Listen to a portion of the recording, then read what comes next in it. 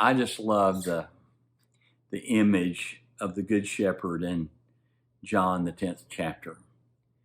And he sure does lay down a great example of what a shepherd should be in today's church, whether that's an official elder and shepherd of the sheep or someone else who pastors or shepherds groups of people in our congregation or groups.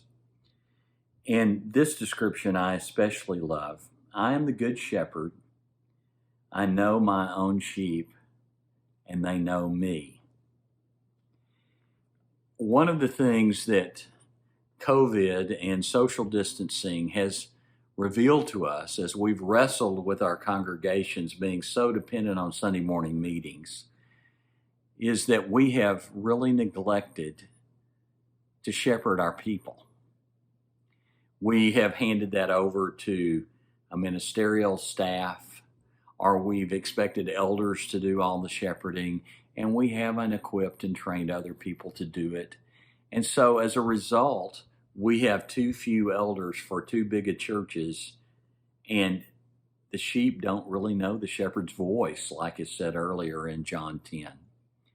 So as we look at trying to produce a little high-touch tenderness in this time of high-tech weariness and isolation that we're in now, I want to suggest a really simple thing that you as church leaders look at ways to organize your churches into groups of 10, and you and someone else that you work with that you see as a potential new leader make a commitment to call the 10 people on your list every 2 weeks.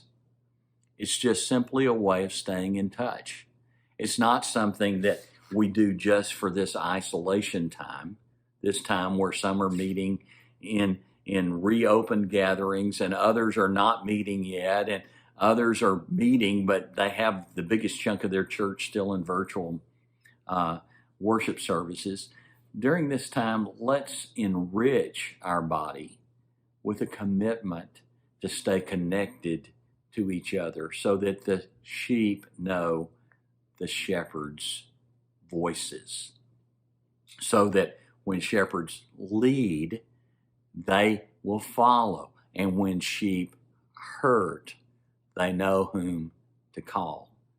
I know we're all inundated and worn down with extra things to do, but think about those that are most vulnerable in our churches, our single parents, and remember God says, I'm going to look at you and see if you have my heart by the way you treat the vulnerable, like the widow and the fatherless. It usually doesn't say orphan, it says fatherless. That would be our single parent families, and the foreigner among us.